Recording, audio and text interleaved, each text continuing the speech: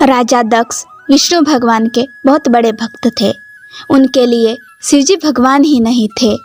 राजा दक्ष की मान्यता थी कि विष्णु जी ही भगवान हैं और वो जो राजा दक्ष थे वह ब्रह्मा जी के पुत्र थे। वे उनके मानस पुत्र थे।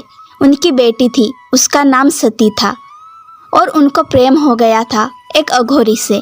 बहुत ही अजीब दिखने वाले, जटा रखने वाले, बेल पे घूमने वाले, सांपों को गले में धारण करने वाले, और वो उनकी पूजा करने लगी।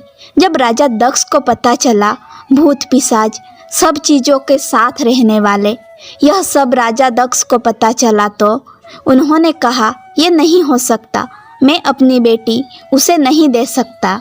जैसे तैसे करके शादी हो गई। राजा दक्ष के लिए तो केवल विष्णु जी ही भगवान थे। शादी के बाद राजा दक्ष ने एक पूजा रखी थी।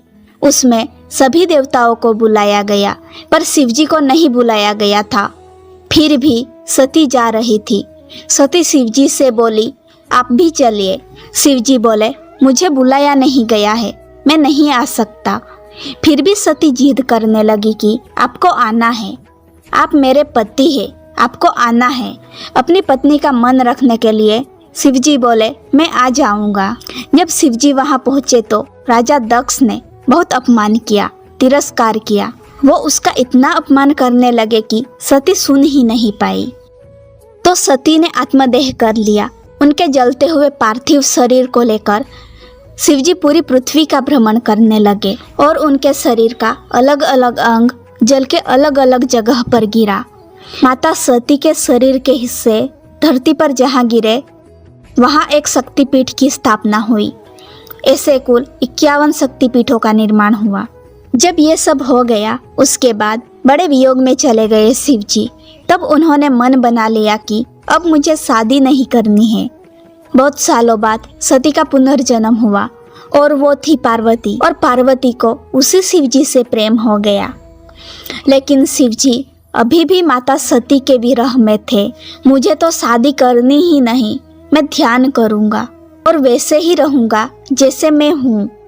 तो पार्वती जी ने जो इतने समय से तपस्या की, पूजा की, वो जो समय था वो श्रावण मास का, वो जो 2 महीने का जो वक्त है, उस समय उन्होंने बहुत पूजा की और उसी समय उनकी तपस्या से शिवजी प्रसन्न हुए और शिवजी खुश हुए। पार्वती और शिवजी वापस एक साथ आते हैं। वह समय था श्रावण मास का। दोस्तों, अगर वीडियो पसंद आई हो तो वीडियो को लाइक, शेयर और चैनल को सब्सक्राइब जरूर करें। फिर मिलते हैं अगली वीडियो में।